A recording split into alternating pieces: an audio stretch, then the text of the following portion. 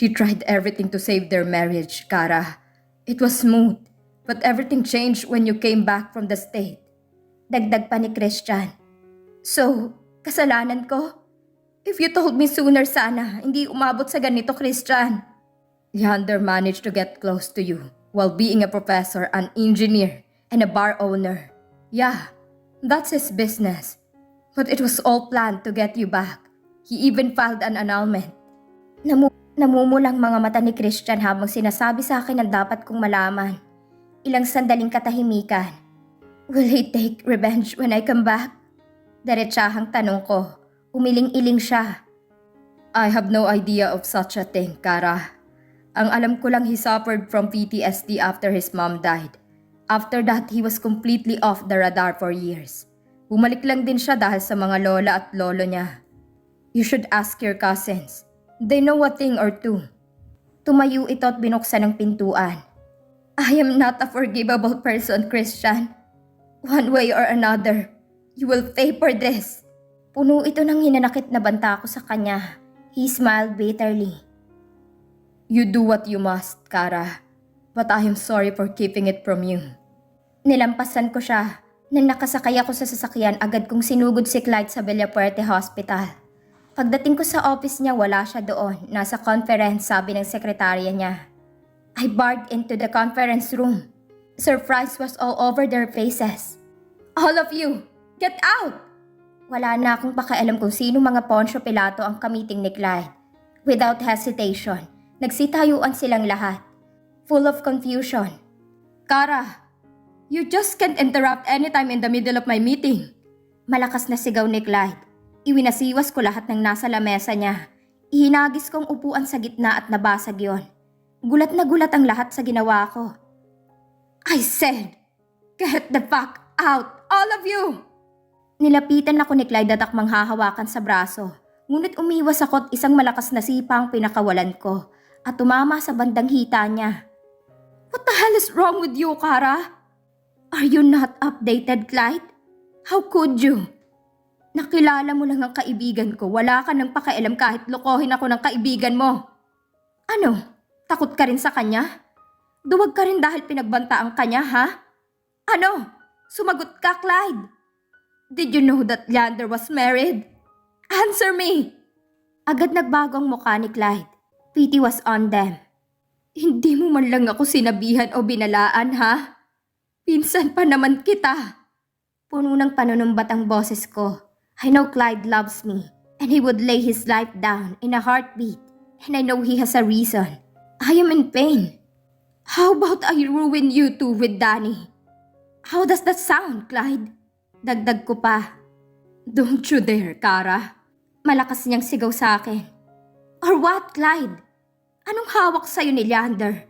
Bakit hindi mo man lang ako binalaan? Ano? Right then and there, Clyde hugged me. Hindi niya sinagot ang mga tanong ko. Niyakap niya lang ako. Kahit ilang beses kong pinagsusuntukan likod niya. He let me release the anger inside me. I am so sorry, Kara. But Leander was sick. And he asked me to lead a research study to understand his mind. I am a doctor and was under oath for patient confidentiality. He rubbed my back. You're a surgeon, Clyde, not a psychiatrist. Hindi ko alam na nag-iba ka na ng designation, ha? Marahas akong kumawala sa kanya. Tinulak ko siya. For all people, I thought I could depend on you. Sunod-sunod ang luhang dumaloy sa mukha ko. Kara, don't, Clyde, not another word. Dinuro ko siya. I am losing my investors. Fix it. You owe me that much. Tinalikuran ko siya nang hindi hinintay ang sagot niya. Sunod kong sinugod si Clint pero wala ito doon. Good timing. Nang makasakay ako sa sasakyan, kita ko ang awa sa mukha ni Mang Damian. Sa bahay po. Mahinang utos ko. Hindi siya sumagot. Ipinikit ko ang aking mga mata. At ang abuhing mga mata ni Leander ang lumitaw sa aking balintataw. I closed my eyes firmly. But tears still escaped. Gusto niyo po bang lumayo muna, Ma'am Kara? Tanong ni Mang Damian. Makalipas ang ilang sandali. Nagmulat ako ng mata at pinunasan ang aking mga luha. Mapait akong ngumiti. Saan naman ho ako pupunta? Tatakasan ko na lang hubang mga iskandalong kinasasangkutan ko. Parang batang sumbong ko sa kanya. He was like a father to me. May property si Sir Romulo sa Pagbilao, Quezon. Hindi pa niya to napupuntahan. Akong inutusan niya noon na asikasuhin ng mga yon. Walang nakakaalam sa lugar na yon kahit mga pinsan mo. Mahabang paliwanag niya. Pilit ang ngiti ko.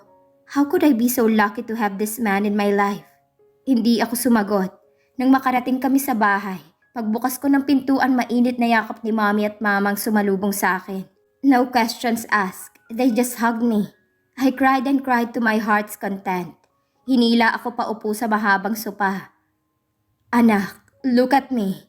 Utos ni Mommy. Tumingin ako sa mga mata niya. It was full of support. Kara, I know. She is a fighter.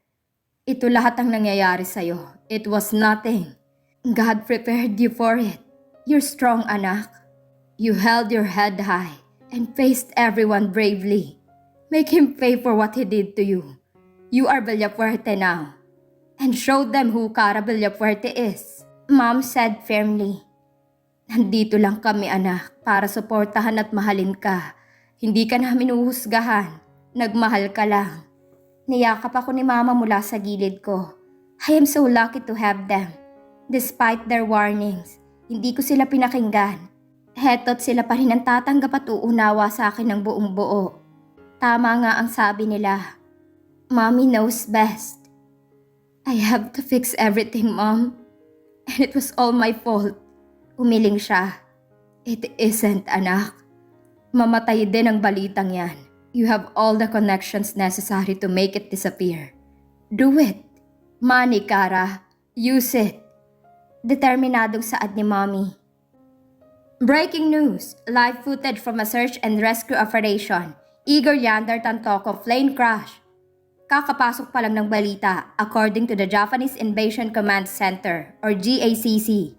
They are unable to accommodate a private flight to land at their airport due to congestion. Aside from that, an engine failure on Tantoco's private plane, including compressors, turbine blades, and vanes, caused structural damage. My eyes widened. Halos hindi kumurap ang mga mata ko na nakatutok sa malaking TV sa aking harapan. Gulat na gulat din si Mama sa balita na naka-flash sa screen. Agad kong nilakasan ang volume ng TV na nakapaskil ang mukha ni Leander doon at ang jet na ginamit niya papuntang Japan. Napatakip ako ng aking bibig. Hindi ko alam kung anong nararamdaman ko. Knowing he got into an airplane accident or the fact that I was betrayed and lied to. Who am I going to blame now? My mind went blank. Tumakbo ako paakyat sa aking silid. Nilak ko yon. Tahimik akong umiyak. Despite what Leander did to me, I still can't afford to lose him in that kind of tragic accident. My life fell apart and I had no idea how to start. I still love him despite the cheating and betrayal. Leander.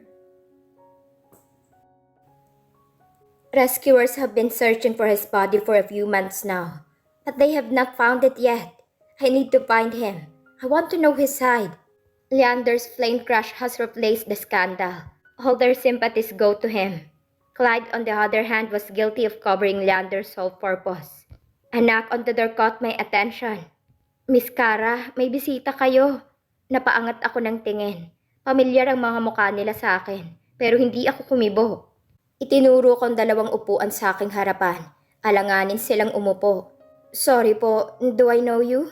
Magalang kong tanong. Mapait na ngumiti ang may edad na lalaki. I am Derenek Tantoco, grandfather of Leander. Seryosong saad nito. I looked at him intently. Napadako din ako sa malamang lola ni Leander. I am Darlita. Hindi naman sila mahilig sa D na letter sa pangalan, no? American name, ha? Kara, simpleng pagpapakilala ko. Ilang minutong katahimikan. Palipat-lipat ang mga mata ko sa kanila. Leander suffered from a dissociative identity disorder. Saad ng lolo ni Leander. I know. Walang emosyon kong sagot. What do you want from me? Walang paligoy-ligoy kong tanong. I need your help to find him. With your connection, you will be able to find him dead or alive. Humagulgol ang lola ni Leander sa sinabi ng kabiyak nito. Sumandal ako. Pinagsalikop ko ang aking mga kamay at tiningnan silang mabuti. Hindi ako sumagot. Lalong lumakas ang iyak ng ginang. Tumayo ako at humarap sa balcony. He cheated on me. So why should I waste my time and money on a man who made me a mistress? The little mistress was now attached to my name, and I felt sick to my stomach. Madiing sagot ko makalipas ng ilang sandali. Hindi ko alam kung paano sila sasagutin ng walang galit sa boses at bigyan ng paggalang. But I just couldn't. It was my fault. I compelled him to get married in his non-normal state. Pag-amin nito, parang mali yata kayo ng nilapitang tao para hanapin ang apo nyo. To be honest, I will kill him myself if I see him. Ipagkakatiwala niyo pa rin ba sa akin ang paghahanap sa mahal niyong apo na niloko ako? Matapang kong tanong. Wala akong pakialam kung masaktan ko sila or if they are in suffering. My pain is too much to entertain their sorrow. Nagmamakaawa ako sa iyo, Iha. What I did was wrong.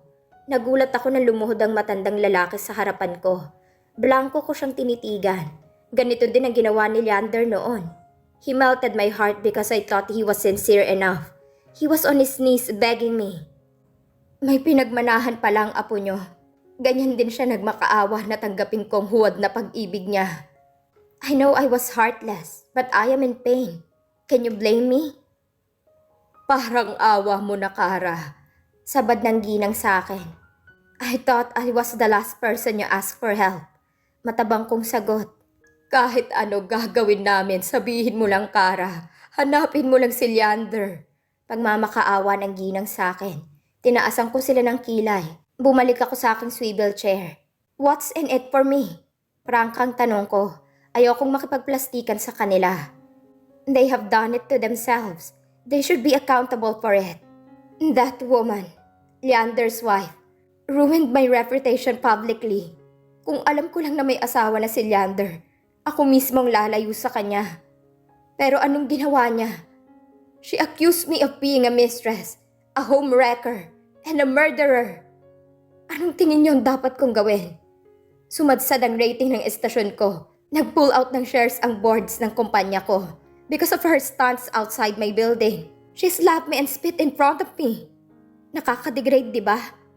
Parang pinagkaisahan nila akong lahat. What would be your suggestion that I would do with her? You tell me, and I'll consider your request. Hindi sila nakaimik na dalawa. I'll handle it. Seryosong sagot ng matanda. Great, you got yourself a deal. You know your way out. Hindi ko na sila tinapunan ng tingin. Nang mapag-isa na lang ako, gusto kong sampalin ang aking sarili. I was rude. Alangan naman magbait-baitan ako. Ikaw na nga ang niloko. Pakonsuelo ng utak ko. Clarice, my office please. Sabay baba ko ng intercom. Maya-maya pa pumasok ito. May hawak siyang bulaklak. Nakakunot ang aking noo. Kanino galing yan? Galing po sa mag-inang Kendra at Arif Lombardi Jr. May lunch meeting po kayo sa kanila sa Rothstein Hotel sa Makati. Sinuri ko ang aking pambisig na relo. I have time. What do you think they want? Nagkibit balikat lang ito. Get ready. You're coming with me. Po? I hate repeating myself, Clarice. Nakataas ang kilay ko. Yes, Miss Kara. Right away. Maghahanda na po ako. Agad siyang lumabas. Pumasok ako sa aking private room para magpalit ng damit. I wore a layered collar bodycon dress. A stylish combination of gray, green and light pink. It was off the shoulder. My shoulders were exposed. Inilugay ko ang aking buhok at kinulot ang bandang dulo. I changed my lipstick, a maroon matte. Nang makontento na ako sa aking itsura, nagwisik ako ng fruity scent Eau de perfume. After the scandalous event, my employees avoided me even more. Except for Clarice. She never judged or pitied me.